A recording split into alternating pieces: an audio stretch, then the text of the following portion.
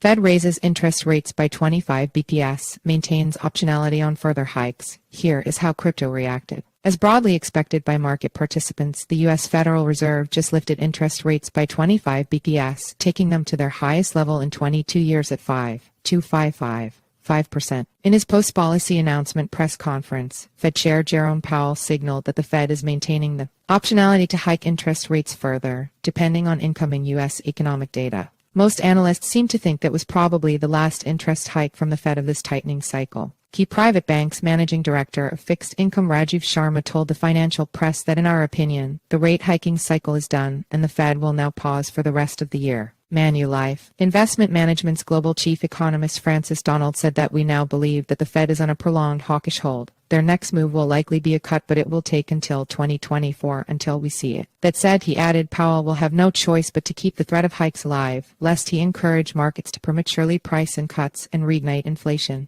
Expectations. Inflation in the U.S. remains well above the Fed's 2% target, and the labor market remains hot, which explains their reluctance to allow a premature easing in financial conditions. Despite the Fed maintaining its bias toward more hikes and analysts broadly not saying they expect any rate cuts this year, U.S. money markets shifted to price in a strong likelihood that the Fed cuts interest rates in September.